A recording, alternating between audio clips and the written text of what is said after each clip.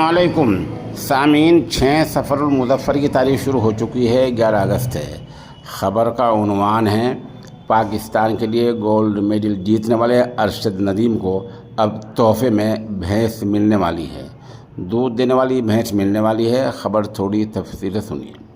Paris Olympics میں پاکستان کے لیے گولڈ میڈل جیتنے والے ارشد ندیم کو جہاں پورے پاکستان سے کروڑوں روپے کے انعامات سے نوازا جا رہا ہے، وہیں ان کے خسر کی جانب سے بھی داماد کے لیے ایک خاص تحفے کا اعلان کیا گیا ہے۔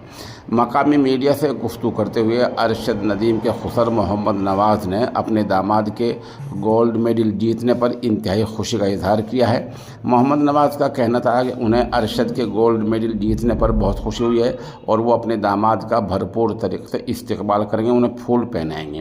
داماد کو تحفہ دینے سے متعلق سوال پر ان کے خسر محمد نواز نے کہا وہ اپنے داماد کو ایک بھینس تحفے میں دیں گے اور بھینس بھی دودھ دینے والی ہوگی۔